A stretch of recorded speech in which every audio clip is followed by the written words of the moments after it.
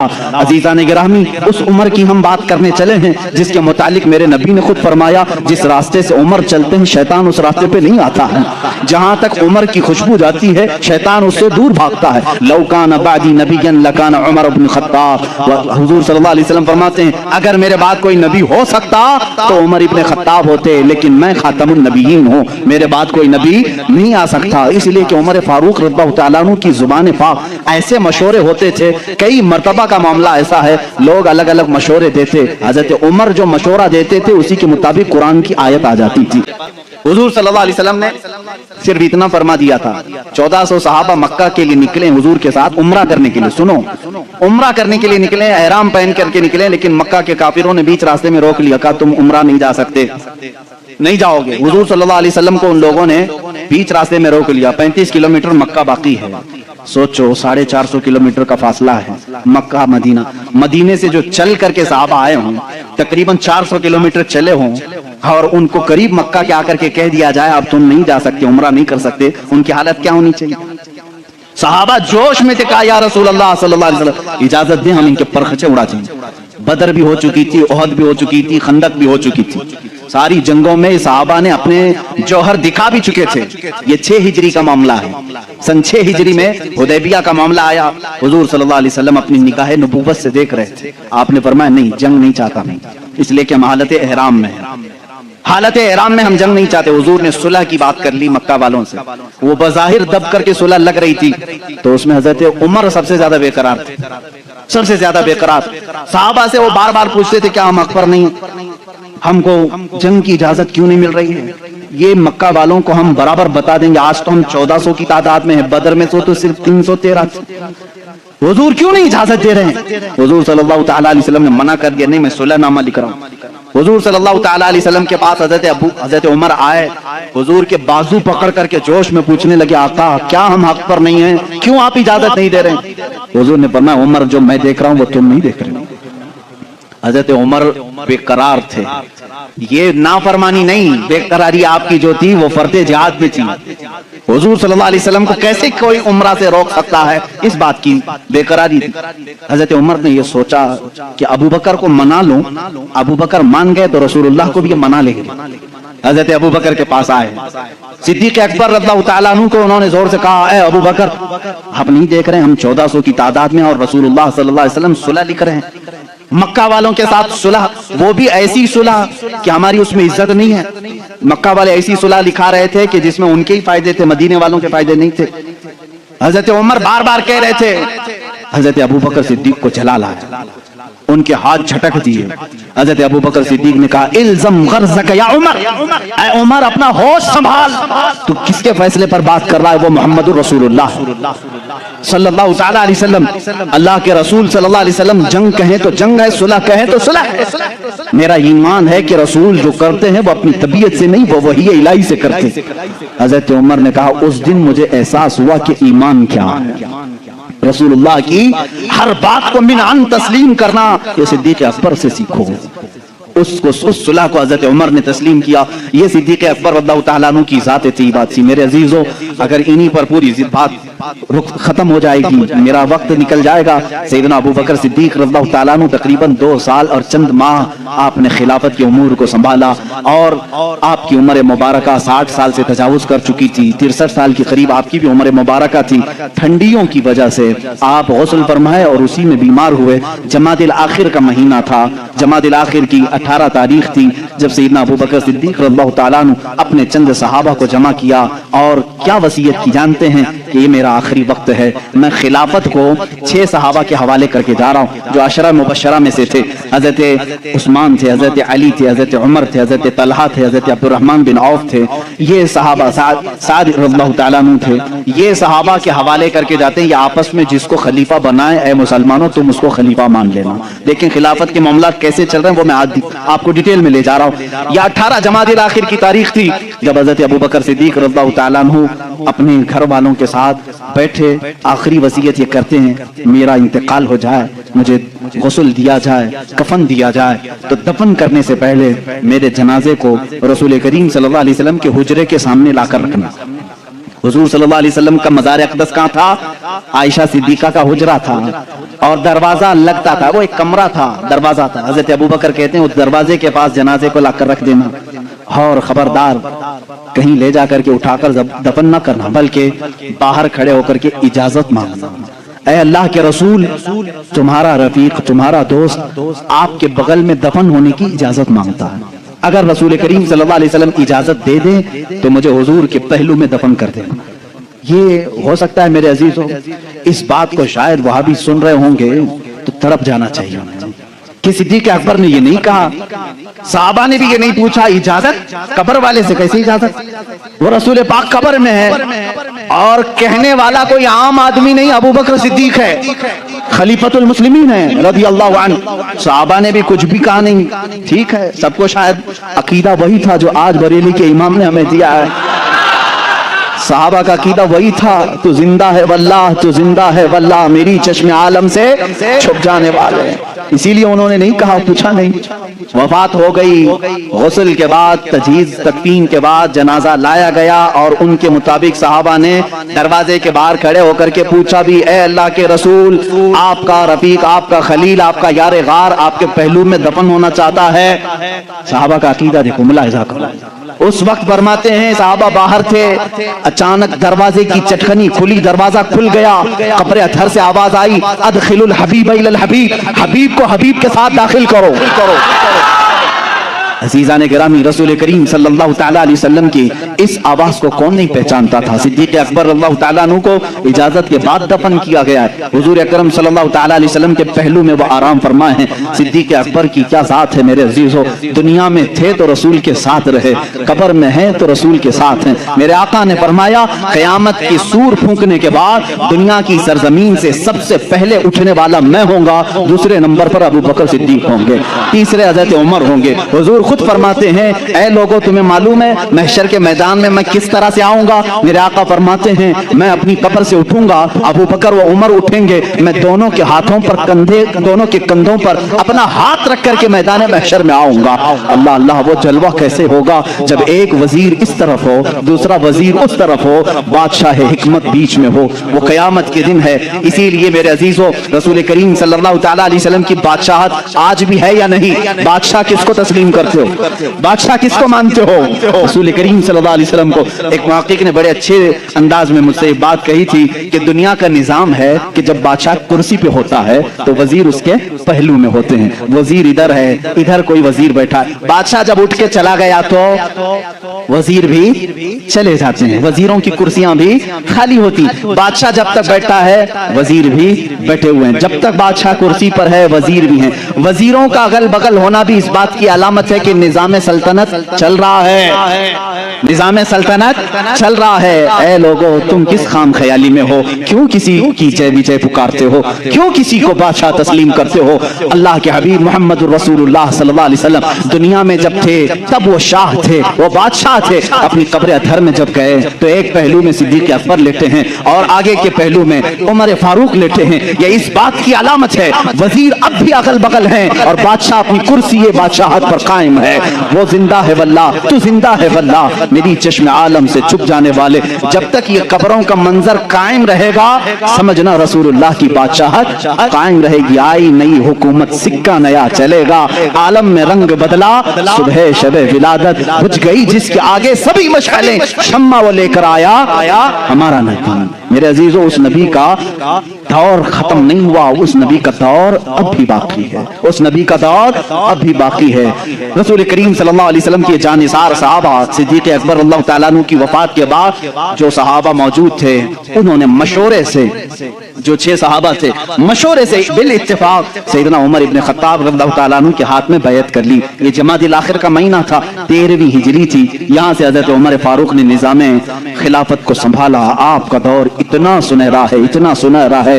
وہ عمر جس کے آدھا پہ شہدہ سقر، عز و شان عدالت پہ لاکھوں سلام. عزیزان گرامی، اس عمر کی ہم بات کرنے چلے ہیں جس کے متعلق میرے نبی نے خود فرمایا جس راستے سے عمر چلتے ہیں شیطان اس راستے پہ نہیں آتا ہے. جہاں تک عمر کی خوشبو جاتی ہے شیطان اس سے دور بھاگتا ہے. لو کان بعدی نبیا لکان عمر بن خطاب. حضور صلی اللہ علیہ وسلم فرماتے ہیں اگر میرے بعد کوئی نبی ہو سکتا تو عمر ابن خطاب ہوتے، لیکن میں خاتم النبیین ہوں،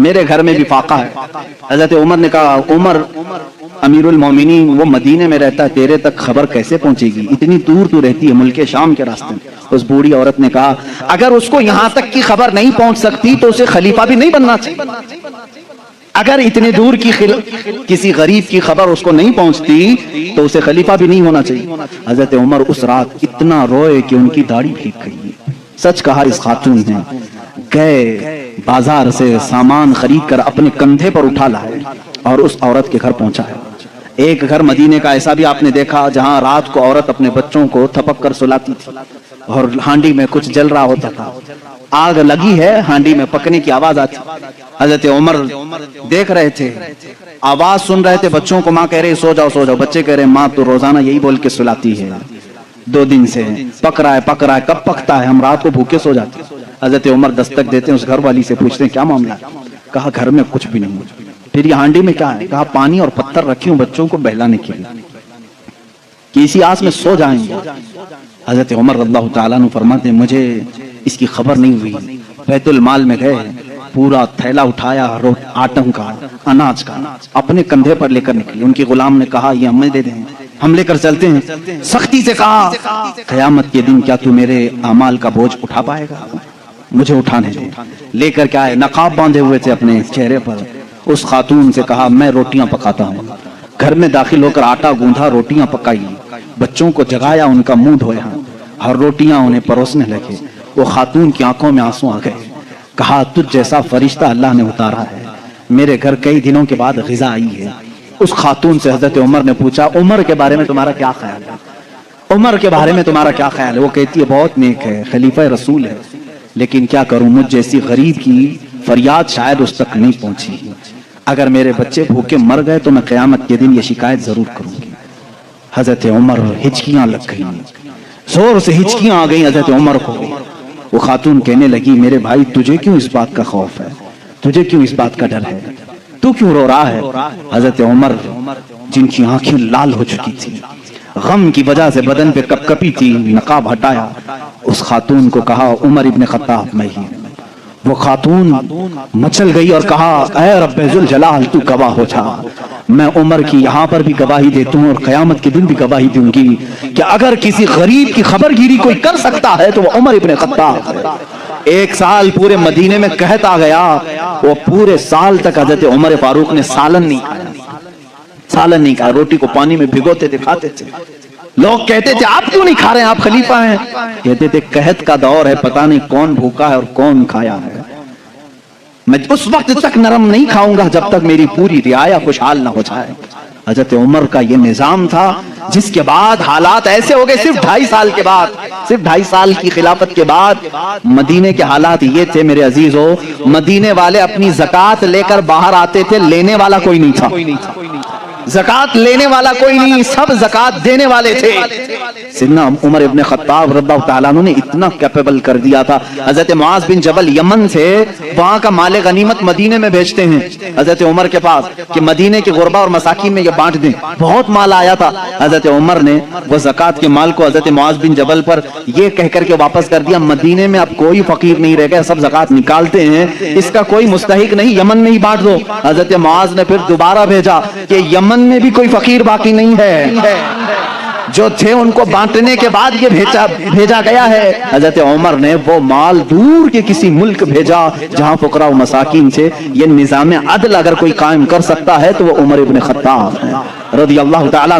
اور جانتے ہیں پوری کائنات کے لیے, پوری دنیا کے لیے حضرت عمر کے وہ کام جو آج بھی دنیا ان کی پیاسی ہے. اور پارلیمنٹ کے لا بنانے والوں کے لیے میرا چیلنج ہے, عمر ابن خطاب کے بنائے ہوئے قوانین کو چھوڑ کر آج پوری دنیا کی کسی پارلیمنٹ میں مکمل لا کوئی بنا ہی نہیں سکے گا. اس لیے کہ جرائم کے قوانین, بچوں کے قوانین, عورتوں کے قوانین, بوڑھوں کے قوانین, سب کے قوانین سب سے پہلے حضرت عمر فاروق نے مرتب کیے. اور جانتے ہیں کہ لے آؤٹ بنانے والا سسٹم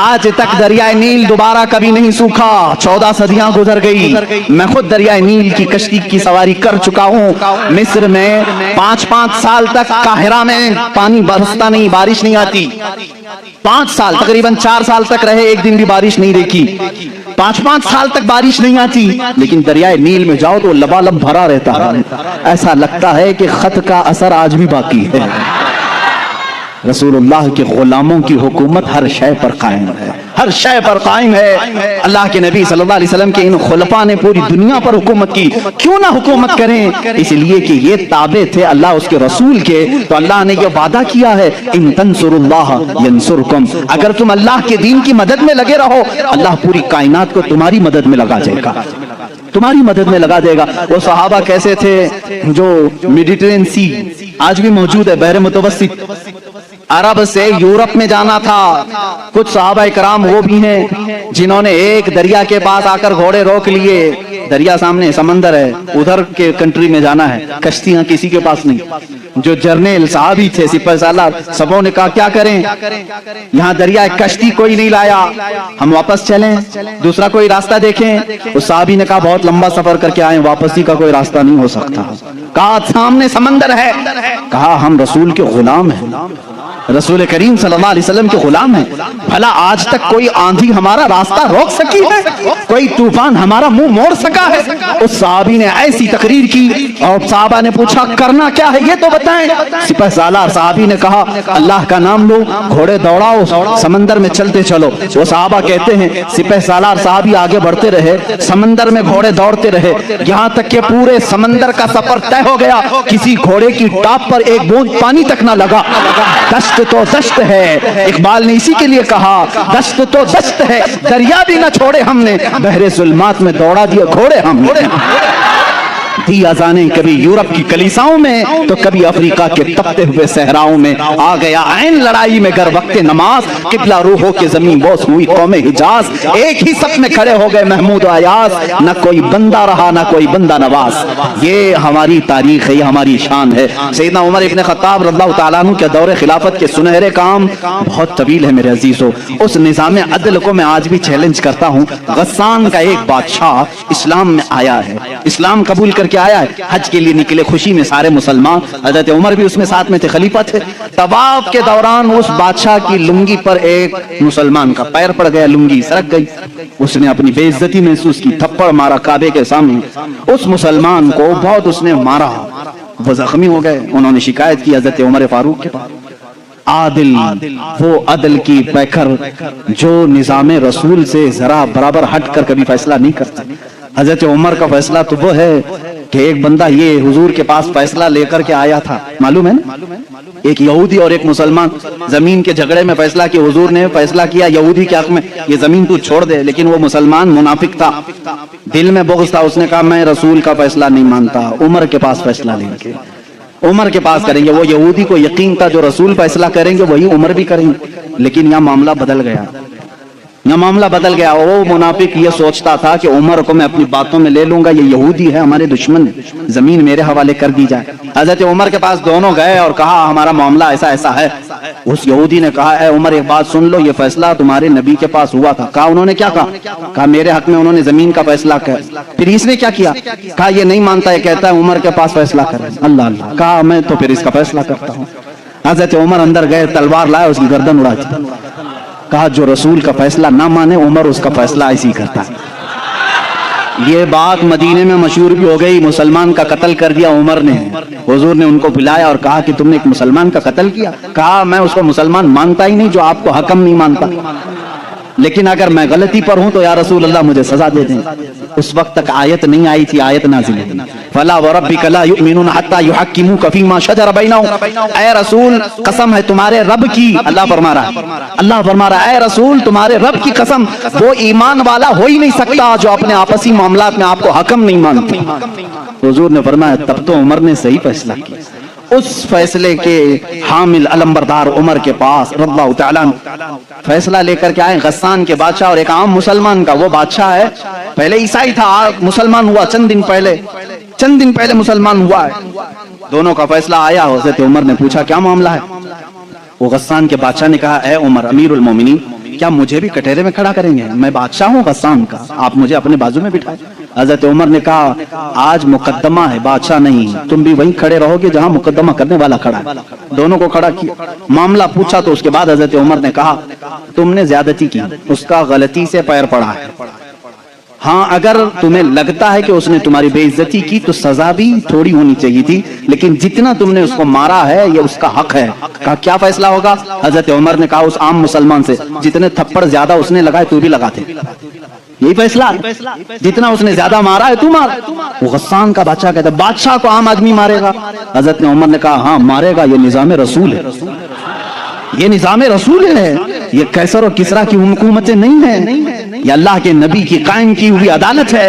اس نے کہا ایک دن کی مجھے مہلت دیں، کل آ کر کے اس فیصلے پر عمل کیا جائے۔ آپ نے کہا مہلت تو دی جا سکتی، جسے ریمانڈ میں لیتے ہیں، اس کو چھوڑا گیا، لیکن وہ بادشاہ فرار ہو کر کے بھاگ گیا اور اسلام بھی چھوڑ دیا، مرتد ہو کے چلا گیا۔ حضرت عمر نے اس دن کہا، کچھ لوگ کہنے لگے حضرت عمر اس کے حق میں بات کرتے تو بادشاہ آج مسلمان رہتا، ایسی کچھ باتیں بھولی بھالی لوگ کرتے ہیں، ایسا کرتے تو اچھا ہوتا، ایسا نہیں کرنا چاہیے تھا۔ حضرت عمر نے جلال میں کہا اس طرح کے ہزار چھوڑ کر جائیں تو جائیں، لیکن نظام رسول کا ایک حرف بھی میں اپنے ہاتھ سامنے سے جانے نہیں دوں گا، عدل کے تقاضوں کو پورا میں ہمیشہ ہوتا رہنے دوں گا۔ یہ سیدنا عمر فاروق کی عدالت تھی۔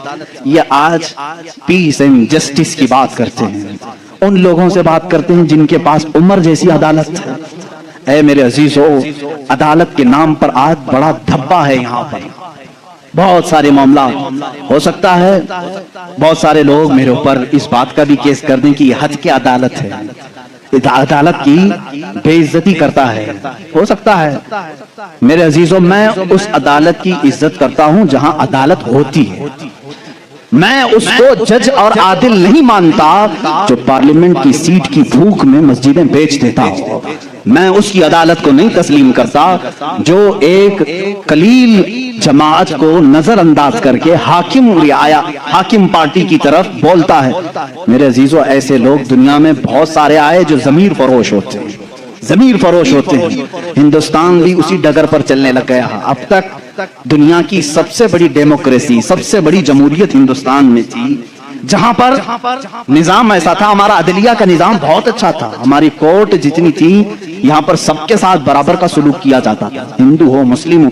آج بھی بہت سارے جج ہیں جو اوتھ لیتے ہیں کہ میرا دین، میرا مذہب، میرا سب کچھ انصاف ہوگا، سمویدھان ہوگا، میں سامنے کسی کو نہیں دیکھوں گا۔ دیکھتے نہیں آپ، جج کے سامنے پٹی باندھے ہوئے ایک مورتی کو رکھا جاتا ہے، کیوں؟ قانون جب بھی ہوتا ہے وہ سامنے والے کو دیکھ کر کے نہیں ہے، اس کے پروف ثبوت دیکھ کر کے۔ لیکن یہاں پر اب عام بچے کو بھی بیوقوف بنایا جا رہا ہے۔ میں اس بات کی آواز اٹھانا چاہوں گا، اس ظلم کو بند کرو، اس ظلم کو بند کرو، اور یہ ڈکٹیٹرشپ جو لائی جا رہی ہے، اس جمہوریت کو ختم کر کے، قتل کر کے، دیکھنا چند دنوں کے بعد یہ سارے نظام ختم کرنے کی بات کریں گے۔ آج مسلمانوں کے خلاف ایک زہر پھیلایا جا رہا ہے، اسی طرح چند دنوں کے بعد اب دلتوں کی باری آئے گی، اس لیے کہ یہ دلتوں کو بھی ایک آنکھ نہیں بھاتے، یہ کبھی پسند نہیں کرتے، یہ 2000 سال پرانا نظام منو اسمرتی کا لانا چاہتے ہیں جہاں صرف چند لوگوں کی حکومت ہوگی۔ جانتے ہیں، تاریخ اٹھا کر کے پڑھو، اسی سرزمین پر ایسے ظلم کیے گئے ہیں جہاں چند برہمنوں نے کم ذات کے لوگوں کے کان کاٹے ہیں، جہاں لوگوں کے کانوں میں گرم تیل ڈالے ہیں، اسی سرزمین پر کم ذات کے لوگوں کو کوڑا کرکٹ میں گھر بنانے پر مجبور کرتے تھے، جہاں اعلیٰ ذات کے لوگوں کے پیشاب پخانے ہوتے تھے وہاں دلت برادری کو رکھنے پر مجبور کرتے تھے، ہر ایک کے گلے میں رسی باندھ کر ایک مٹکا لٹکاتے تھے کہ تھوکنا ہے تو دلت زمین پر تھوک نہیں سکتا، اس مٹکے میں تھوکے گا، اس لیے کہ اس کا تھوک زمین پر پڑے تو یہ اپشگن سمجھتے تھے۔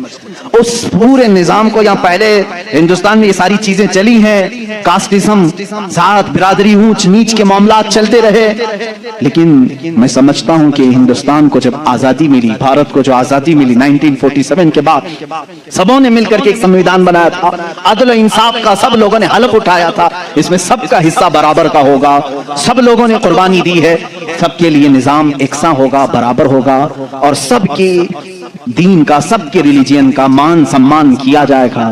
لیکن اب جو حالات ہیں میرے عزیزو، یہ دوسری ڈگر پر چل پڑے۔ اب یہاں پر اس سمویدھان کو یہ ختم کرنے کی بات کر رہے ہیں جو امبیڈکر کی سرپرستی میں بنائے گئے تھے۔ اس کو ختم کر کے یہ نئے سنویدھان کی بات کرنے جا رہے ہیں. چند دنوں کے بعد یہ ووٹنگ پاور بھی ختم کرنے کی بات کریں گے. تم سب کو ووٹ دینے کا بھی حق نہیں ہوگا. ٹھہرنے کی امیدوار ہونے کی بات تو دور ہے. میں اس نظام کی کھلم کھلا مخالفت کرتا ہوں اور مذمت کرتا ہوں. میں مذمت کرتا ہوں. ہمارے لیے وہی بھارت اور وہی ہندوستان اچھا ہے جو ہمارے بڑوں نے اپنے خون کی قربانی سے آزاد کیا ہے. آپ سب اسی بھارت کو تسلیم کریں گے یا نئے نویلے بھارت کو؟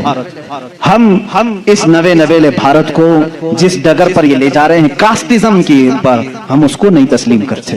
ہم اس بھارت کو، اس سنویدھان کو مانتے ہیں جہاں عدل سب کے لیے برابر ہو، سب کے لیے برابر ہو. سپریم کورٹ کو آزاد رکھا جائے، وہ سب کے ساتھ برابر کا انصاف کر سکے. چاہے وہ تخت پر بیٹھا ہوا آدمی ہو، چاہے وہ غریب آدمی ہو، سب کے ساتھ برابر کا عدل کر سکے. ہندوستان ہی کی بات میں اگر بتاؤں، یہاں پر ایک بادشاہ ایسا بھی گزرا جس کے ایک تیر سے ایک بچے کی موت ہو گئی تھی. ایک بچے کی موت ہو گئی.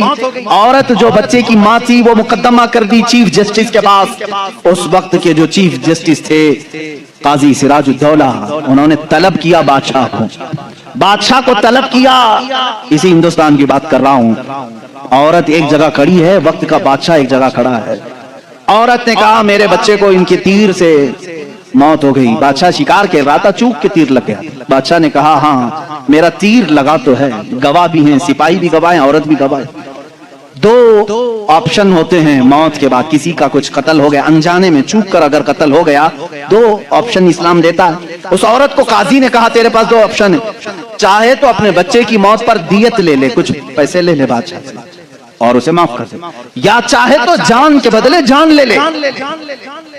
بادشاہ کی جان بھی لے سکتی ہے. قاضی نے فیصلہ سنا تھا، یہ نہیں کہ بادشاہ کو چھوڑ دینا ہے. دونوں آپشن عورت کے اوپر. وہ عورت نے جب دیکھا کہ عدل کا یہ پیکر اسلامی نظام ہے، بادشاہ کے تیر لگا ہے اور قاضی صحیح فیصلہ دے رہا ہے، اس عورت نے کہا اگر یہ قاضی آج اس طرح کا صحیح فیصلہ دے رہا ہے تو اس طرح کے بادشاہ کی وجہ سے ہی. بادشاہ ایسا ہوگا اسی لیے قاضی ایسا ہے. اس عورت نے کہا میں اس بادشاہ کی جان بخشتی ہوں، میرے بچے کے لیے جو دیت بنتی ہے وہ بادشاہ مجھے دیتے. بادشاہ نے جتنی دیت بنتی تھی اس سے زیادہ اسے دیا. اور جب یہ معاملہ ختم ہوا تو بادشاہ قاضی کے پاس آیا اور اپنا جبہ کھولا، اس میں خنجر تھا. خنجر نکالا، کہا قاضی، وہ اس وقت کے سپریم کورٹ کا چیف جسٹس تھا. قاضی بادشاہ کیا کہتا جانتے ہو؟ مجھے جب پتا چلا میرے اوپر مقدمہ ہے اور مجھے معلوم تھا میرے تیر سے ایک بچہ فوت ہوا ہے، میں آج کورٹ میں آ رہا تھا، میں ساتھ ہی خنجر لے کے چلا. قاضی نے پوچھا کیوں لے کے چلے؟ کہا میں یہ دیکھنا چاہتا تھا کہ اگر فیصلہ قرآن و حدیث کے مطابق ہو تو ٹھیک ہے میں مان لوں، اور ذرا برابر اگر بادشاہ کا خیال کر کے قاضی نے کیا تو اسی خنجر سے قاضی کو قتل کر دوں. بادشاہ نے یہ کہا. قاضی مسکرایا اور اپنے گدے سے اٹھ گیا اور چادر ہٹائی. نیچے بہت بڑا کوڑا تھا. کہا بادشاہ تمہیں معلوم ہے میں آج پہلی مرتبہ اس کرسی پر آنے کے بعد، اس گدے پہ آنے کے وقت کوڑا نیچے لے کے بیٹھا ہوں. کہا کیوں؟ کہا میں نے اسی وقت طے کر لیا کہ بادشاہ کو کٹہرے میں کھڑا کروں گا اور فیصلہ قرآن و حدیث کے مطابق سناؤں گا. اگر بادشاہ مان لیا تو ٹھیک، ورنہ میں اس کوڑے سے اسے منواؤں گا. یہ نظام اسلام تھا، یہ عدل کے تقاضے تھے. وہ عمر ابن خطاب کے دور کے بھی سنہرے واقعات اسلام نے ہمیں ہر جگہ سکھائے ہیں. اے میرے عزیز بھائیوں، اپنے گھر میں بھی عدل کرنا سیکھو. جہاں تمہیں اللہ نے جتنا اختیار دیا عدل کے ساتھ پیش آؤ. اپنے مزدوروں کے ساتھ عدل کرو، اپنی بیویوں کے ساتھ عدل کرو، اپنے بچوں کے ساتھ عدل کرو. یاد رکھو قیامت کے دن تم سے سب چیزوں کا سوال ہوگا. اگر تمہارے 4 بچے ہیں، چاروں میں سے اگر کسی کے ساتھ اونچ نیچ کیا تو سارے تمہارے اعمال اکارت ہو جائیں گے، غارت ہو جائیں گے. ایک بچے کے ساتھ بھی تم ناانصافی نہیں کر سکتے، سارے کے ساتھ برابر کا سلوک کرو. اگر کسی کی 2 بیویاں ہیں تو فرمایا گیا عدل کا تقاضا پورا کرو. ماں باپ اگر دونوں ہیں تو دونوں کے ساتھ عدل کا تقاضا پورا کرو. یہ نہیں کہ ماں کی طرف جھکا ہو گیا باپ کو گالیاں دیتا ہے، یا باپ کی طرف ہو گیا ماں کو کوستا ہے. نہ، سب کے ساتھ عدل اسلام سکھاتا ہے. تم اگر کسی کمپنی کے مالک ہو، فیکٹری کے مالک ہو، مزدوروں کے ساتھ عدل کرو، اس لیے کہ قیامت کے دن اس سے بھی تمہارا سوال ہوگا. عدل اسلام سکھاتا ہے. وہ عمر ابن خطاب رضی اللہ تعالیٰ عنہ کی زندگی پاک سے ہمیں ملے ہیں. میرے عزیزو، مجھے وقت تاخیر سے یہاں تک پہنچ چکا ہے اور میں سمیٹوں گا تو میں سمجھتا ہوں عثمان ابن عفان اور حیدر کرار رضی اللہ تعالیٰ عنہما کی ذات کے ساتھ ناانصافی ہو جائے گی. اور میں قطعاً یہ نہیں چاہتا کہ ان بزرگ ہستیوں کے ساتھ جہاں ایک ذوالنورین ہے تو دوسرا حیدر کرار ہے، جن کی ذات دو جملوں میں کمپلیٹ نہیں ہو سکتی، دو باتوں میں مکمل نہیں ہو سکتی، اس لیے تھوڑی سی قربانی کے ساتھ کل کی ایک اور رات ہم انشاءاللہ ان خلفاء کی زندگی پر گفتگو کریں گے۔ اس لیے کہ میرا معمول تو یہ تھا کل کا دن میں نے پورے اہل بیت کے لیے وقت کرنا تھا، لیکن خلفاء راشدین کی بات کے بعد انشاءاللہ العزیز اہل بیت اطہار کی بھی زندگی ہم ذکر کریں گے۔ ان دو ہستیوں کی میں نے مختصر جھلکیاں آپ کے سامنے رکھی۔ خلاصہ کلام، زندگی میں دو باتیں آج لے کر کے جاؤ، ایک صدیق کی صداقت، دوسرے عمر کی عدالت۔ اگر یہ زندگی میں آ گئیں تو سمجھ لو اقبال نے کیا کہا جانتے ہیں؟ شاعر مشرق کہتے ہیں سبق پڑھ پھر صداقت کا، عدالت کا، سخاوت کا۔ سبق پڑھ پھر صداقت کا، عدالت کا، سخاوت کا، لیا جائے گا کام تجھ سے دنیا کی امامت کا، لیا جائے گا کام تجھ سے دنیا کی امامت کا۔ مطلب یہ ہے جس کے اندر تین چیزیں آ گئی، صدیق کی صداقت آ گئی، عمر کی عدالت آ گئی، عثمان کی سخاوت آ گئی، تو پھر کوئی اسے فکر کی ضرورت نہیں، اب قوم اس سے امامت کا ہی کام لیا کرے گی، اس لیے کہ وہ ہر ایک کا امام بننے کے قابل ہوگا جس کے اندر یہ تین چیزیں آ گئی، صداقت، عدالت اور سخاوت۔ آج ان تین چیزوں کے اوپر محنت کرو میرے عزیزو۔ صداقت کا تقاضا یہ ہے حق بولو، حق پر قائم رہو۔ حق بولنے کے لیے کسی سے خوف نہ کھاؤ، جب تک زبان چل رہی ہے بولو۔ میں تو یہی سمجھتا ہوں، میرا مذہب، میرا مسلک یہی ہے، میں حسینی ہوں، حق گو ہوں، میں حسینی ہوں، وفادار ہوں، میں حسینی ہوں، شجاعت کا علمبردار ہوں۔ یہ ہمارے نعرے ہونے چاہیے۔ میں حسینی ہوں، یزید کے ہاتھ میں ہاتھ دینے والا نہیں، میں حسینی ہوں، حکومت کے دباؤ میں آنے والا نہیں، میں حسینی ہوں، ظلم کا ساتھ دینے والا نہیں۔ السلام علیکم دوستو، امید کرتا ہوں کہ آپ سبھی حضرات کو مفتی سلمان نجری کا بیان اچھا لگا ہوگا۔ اگر اچھا لگا ہے تو ہمارے چینل کر دینا سبسکرائب اور ویڈیو کر دینا لائک۔ ملتے ہیں نیکسٹ ویڈیو میں، خدا حافظ۔